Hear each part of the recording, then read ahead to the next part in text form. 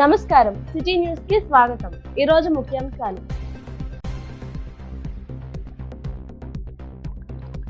Rustumbada drain ప్రక్షాళనకు చర్యలు చేపడతాం.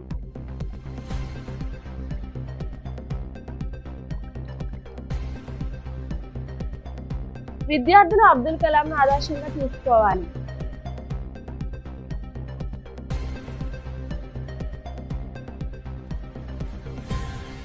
టోపీ పెట్టుకొచ్చి 2 లక్షలను ఎత్తుకెళ్లాడు.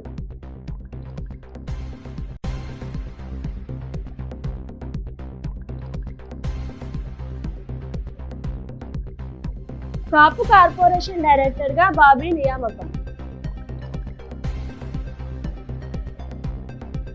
ఇప్పుడు కాసేపు ప్రకటనలు. శ్రీ శంకర ఈఎన్టీ హాస్పిటల్ ప్రారంభించి ప్రథమ సంవత్సరం పూర్తయిన సందర్భంగా వార్షికోత్సవ శుభాకాంక్షలు. డాక్టర్ యాళ్ల ప్రియా రమేష్ గారు MBBS MS ENT, chairman and consultant ENT surgeon, head and neck surgery, 6,000 plus successful surgeries, 18,000 plus successful treatments, 100% success rate, advanced endoscopic ear and micro ear surgeries, advanced endoscopic nose and sinus surgeries, pediatric ENT surgeries, adenoids and tonsillitis, critical care microscopic head and neck surgeries, 24/7 ENT emergency and critical care. Sri Shankara ENT Hospital, అత్యాధునిక చెవి ముక్కు గొంతు hospital, union bank ఎదురుగా bank street, Palakollu. Cell number 9542374424.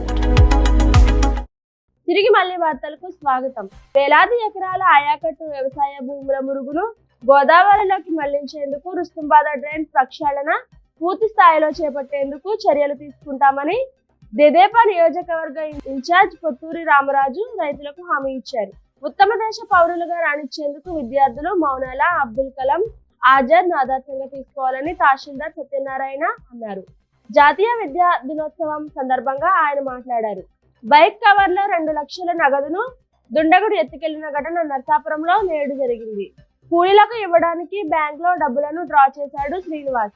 Tiffin చేయడానికి ఓ hotel కి వెళ్లి రాగా నగదు మాయమయ్యాయి.